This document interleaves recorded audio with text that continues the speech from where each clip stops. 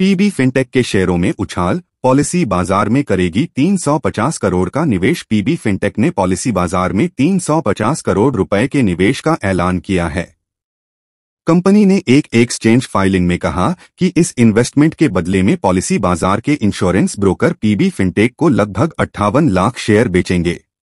PB fintech stock ने पिछले 6 महीनों में 35.46% का रिटर्न दिया है। पीबी फिनटेक के शेयरों में आज 28 नवंबर को करीब 1% की तेजी देखी गई।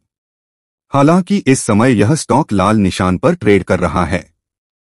यह स्टॉक 0.35% की गिरावट के साथ 820.30 रुपए के भाव पर है।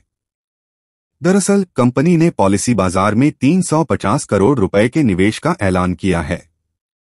कंपनी ने एक एक्सचेंज फाइलिंग में कहा कि इस इन्वेस्टमेंट के बदले में पॉलिसी बाजार के इंश्योरेंस ब्रोकर पीबी फिनटेक को लगभग 58 लाख शेयर बेचेंगे। इन्वेस्टमेंट से जुड़ी डिटेल कंपनी ने एक एक्सचेंज फाइलिंग में कहा है कि पीबी फिनटेक वित्त वर्ष 2023 से 24 और 2024 से 25 के दौरान एक या अधिक किस्तों में इस पूरी धनराशि को लगाएगी। फाइलिंग में कहा गया है, कंपनी ने 3,49,99,99,904 रुपए का निवेश किया है, जिसके बदले पॉलिसी बाजार के 593 रुपए प्रति शेयर के प्रीमियम पर 10 रुपए के 58,04,311 इक्विटी शेयर आवंटित किए गए हैं। इस निवेश से पॉलिसी बाजार की वित्तीय स्थिति मजबूत होने की उम्मीद है।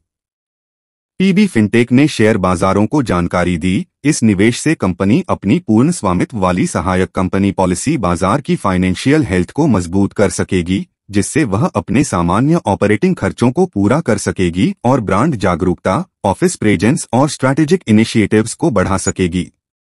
ब्रोकरेज की राय। ब्रोकरेज फर्म जेम फाइनेंशियल ने 6 नवंबर को जारी एक रिपोर्ट में 1010 रुपए प्रति शेयर के टारगेट प्राइस के साथ पीबी फिनटेक स्टॉक को बाय रेटिंग दी है। पीबी फिनटेक स्टॉक ने पिछले 6 महीनों में 35.46% का रिटर्न दिया है। इसी अवधि में बेंचमार्क निफ्टी 50 इंडेक्स ने 6.43% का रिटर्न दिया है। कैसे रहे तिमाही नतीजे? पॉलिसी बाजार की पेरेंट कंपनी ने सितंबर में समाप्त तिमाही में 21 करोड़ रुपए का कंसोलिडेटेड नेट लॉस दर्ज किया। यह एक साल पहले बताए गए 187 करोड़ रुपए के नुकसान से 89% कम है। हालांकि तिमाही आधार पर जून तिमाही में कंपनी का नेट लॉस 12 करोड़ रुपए से 75% बढ़ गया। ऑपरेटिंग रेवेन्यू में उछाल के कारण सालाना आधार पर घाटा कम हुआ, क्योंकि स्टार्टअप ने तिमाही में कंट्रीब्यूशन मार्जिन और रिन्यूअल रेट में हेल्दी ग्रोथ दर्ज की। कंसोलिडेटेड रेवेन्यू में सालाना 42% की बढ़त देखी गई और यह 812 करोड़ रुपए हो गया। कोर ऑनलाइन रेवेन्यू 597 करोड़ रुपए रहा, जो सालाना आधार पर 46% अधिक है।